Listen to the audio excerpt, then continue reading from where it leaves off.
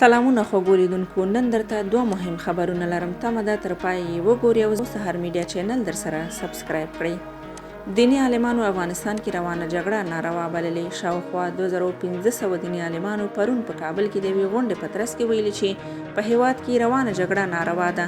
دوی دغه راز په یاده غونډه کې د سولې پروسې ملاتړ کړی او د جګړې له دواړو لوري یې غوښتنه کړې ده چې په افغانستان کې د واک پر سر روانې ناروا جګړې پای ته رسولو لپاره دې د خبرو اترو له لارې یوې هوکړې ته سره ورسیږي.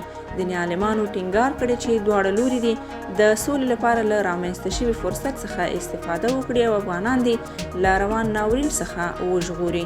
د دیني عالمانو دا راټولېدنه وروسته تر هغه ده چې له شاوخوا یوې نیمې میاشتې راهیسې په دوحه کې د حکومت او طالبانو ترمنځ خبرې روانې دي، خو تر اوسه د رسمي خبرو پر تګلاره هوکړې ته نه دي رسېدلي.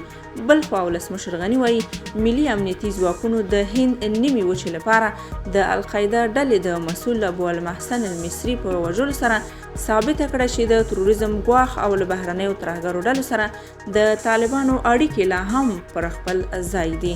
له ارګه خپره شوې خبرپاڼه کې د ولسمشر غني له قوله راغلي طالبان باید عملاً د افغانستان خلکو، دولت او نړیوالو ته دا ثابته کړي چې د القاعدې په ګډون له ټولو تروریستي شبکو او ګروپونو سره اړیکې پرې کوي، له جنګ او تاوتریخوالي لاس اخلي او د دایمي اوربند په منلو سره په هیواد کې د تلپاتې او باعزته سولې د تامین زمینه برابروي. خبرپاڼه کاږي افغان دولت د ترهګرۍ ضد مبارزې ته ژمن دی او هیڅکله به اجازه ورنکړي چې افغانستان یو وار بیا د ترهګرو پر خوندي پټنځای بدل شي.